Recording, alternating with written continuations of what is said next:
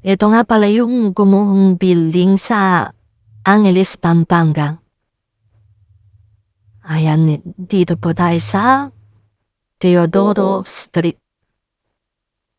Bali, ang larawang pong ito ay kuha pa noong May 2024. Ayan, dito po tayo sa haba ng Teodoro Street. Tapat po ito ng Normas. Malapit lang po ito sa Walking Street na ngayon po ay Red Street na Ayan, then sa harap po niya ay may mga nagtitinda po Meron pong mga vendor. Yan, tingnan po natin dito sa kabilang kalye, yung Oak Street. Yan, ito po yung view niya Ang dahilan daw po ng pag-go nito ay yung pundasyon niya, yung mga poste niya. Ayan po yung mga poste niya, Kayo na po ang umusga.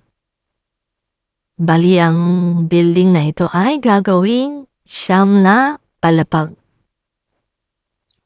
Bali, sa larawan po ay nasa 3 o 4 na palapag pa lamang sila, Kasi ito pong larawan is noong 2024 pa. Kaya sigurado sa mga eksperto po dyan, makikita nyo na po agad na may mali, Lalo na 9 na palapag po ang itatayo nila, Itong larawan na to ay bali May 2024 pa siya, Nasa 3 o 4 na palapag pa po yata sila dito. Yung bali mababa pa siya, Ayan, balik tayo dito sa harap niya.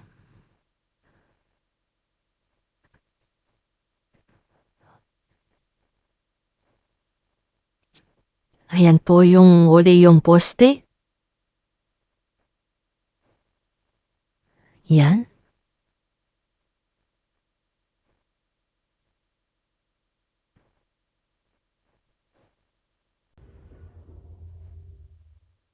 Yan, sa malayuan, ganyan itsura niya. Ayun, kita nyo, ang daming mga vendor sa harap, Tapos may mga sasakyan pa. Ayan po yung mga poste sa harapan.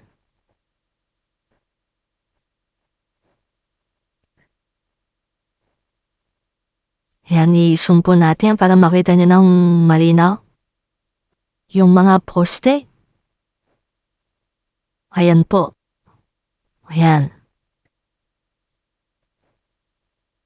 Medyo may kapayatan. At mukhang hindi talaga akma sa 9 na palapag.